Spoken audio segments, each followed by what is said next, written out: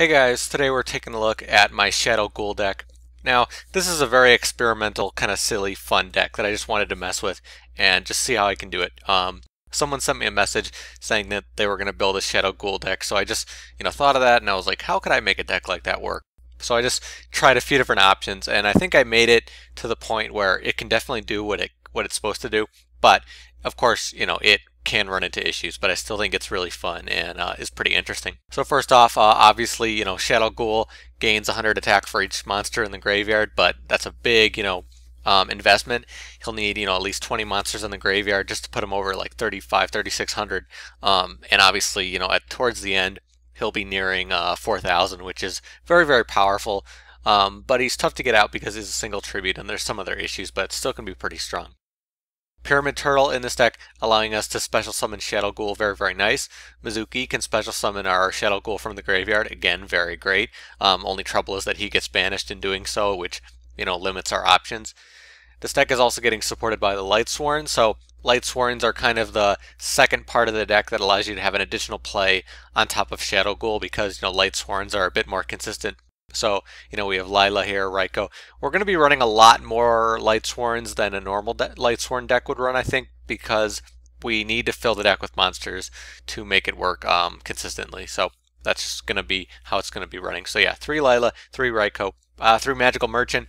Because we're running so low spells and traps, Magical Merchant allows this deck to do what it's supposed to do very quickly. You can mill 10, 20, 30 cards in just one flip with this card. So becomes very powerful.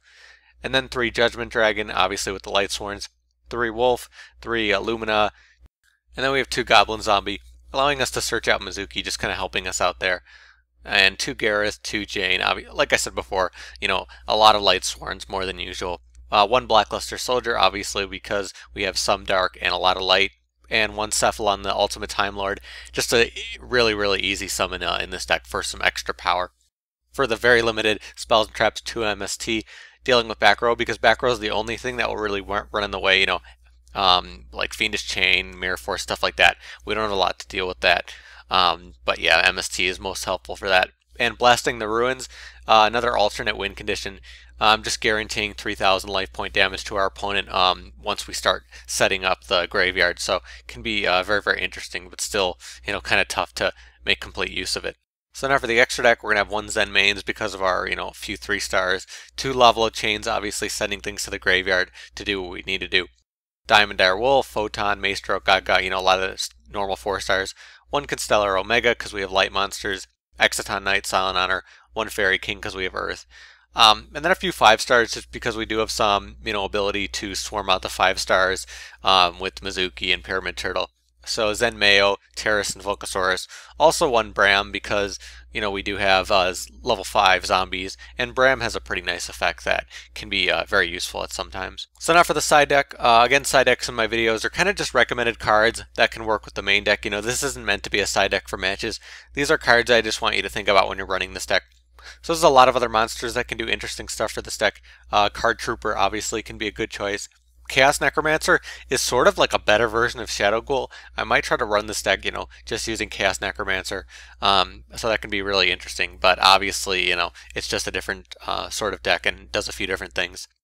Chaos Master can special summon Shadow Ghoul, which is really, really cool. So you can definitely use that and have access to synchros. Also, Plaguespreader Zombie, obviously in a zombie-based deck, can give you access to more synchros and other things you could do. You can mix this deck with Skull Servants, run a Skull Servant build. You could run more Chaos if you want. A lot of other spells and traps you can run.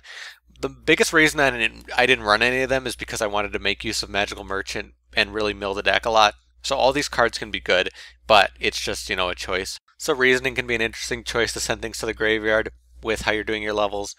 Charge of the Light Brigade, Solar Recharge, the Lightsworn support cards can be useful. Foolish Barrow, obviously with this deck, it can be helpful to set things to the graveyard and do what you need to do, especially late in the game if you don't have a Mezuki or something like that. Monster Reincarnation, obviously to get what you need. Very good to get Judgment Dragon or getting things to the graveyard like Shadow Ghoul. You can run Needlebug Nest to mill your cards. Deal of Phantom is like, it basically turns any monster into Shadow Ghoul for 1 turn, which can be very effective, so that's definitely interesting. You can do it to Shadow Ghoul and his attack will be insane towards the end of the game.